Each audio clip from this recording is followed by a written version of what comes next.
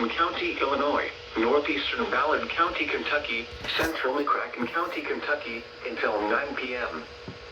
At 8:22 p.m., a severe thunderstorm was located near Karnak, or 9 miles south of Vienna, moving southeast at 30 miles per hour.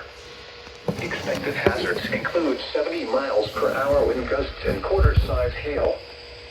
Severe weather has been confirmed by law enforcement. Wind damage was reported in southern Union and Johnson counties. The following impacts are expected. Hail damage to vehicles is expected. Expect considerable tree damage.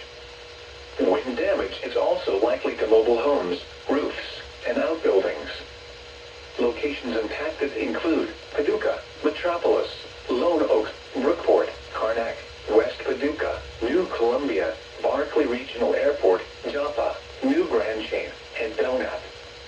This includes the following highways: Interstate 24 in Kentucky between mile markers 1 and 7. Interstate 24 in Illinois between mile markers 26 and 38.